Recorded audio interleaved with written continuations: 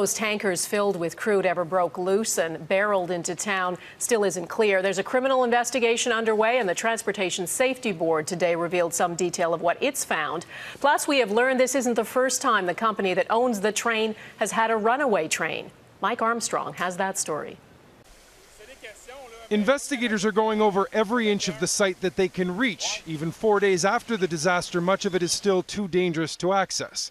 The locomotives that ripped through the town at 1:14 a.m. Friday barely look affected today. They were the only part of the train that went through the town. The derailment and explosions were behind them.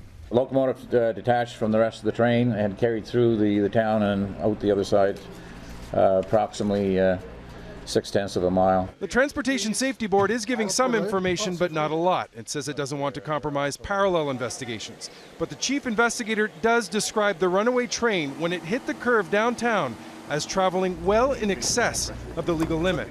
Now, there are several focuses for TSB investigators, among them the type of containers that were used to haul the crude oil. The 111A tanker is for general use. It can carry things as innocuous as corn oil. This wasn't corn oil.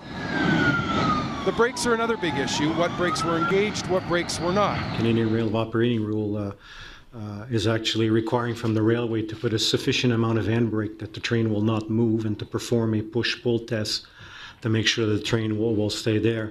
They're also going over every detail of the fire up the track just prior to the train getting away. The TSB confirms the last person on site after the fire was a track worker from the rail company. Now, fault is a big question, and fingers are being pointed. The company has criticized the Nantes Fire Department for shutting down the locomotive while extinguishing the fire. The Nantes fire chief was very open with us yesterday. Today, the town has been muzzled. Its insurance company has told elected officials, city workers, and the fire department not to speak to the media. The company has had trains get away before. In 2010, 3 locomotives from MMA Rail ran into another train. The locomotives were parked, but without the handbrakes of any of them engaged. The air brakes were on, but air leaked out. There was only one injury. The company's had some pretty serious financial problems over the last decade. They've laid off some of their staff. They've also replaced some locomotive crews with remote control devices. Their safety record is worse than other short line railways in the U.S. Donna? All right, still so many questions. Mike Armstrong, thanks.